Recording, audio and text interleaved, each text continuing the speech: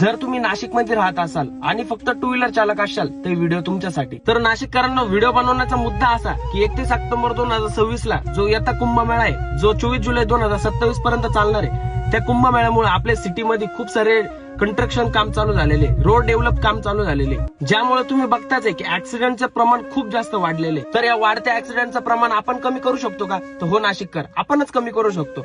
जे आता ऍक्सिडेंट होत आहे खूप डेंजर लेवलचे होत आहे, कारण वन वे चालू असताना दोन्ही साईडच्या गाड्या एक समोर एका रोडाने जातात आणि ओव्हरटेक करण्याच्या नादात लोक एकमेकांनाच ठोकून देतात। तर या वाढत्या ऍक्सिडेंटचं प्रमाण आपण कमी करू शकतो का? तर हो नाशिककर, आपणच कमी करू शकतो। आता तुम्ही म्हणशाल ते कसं?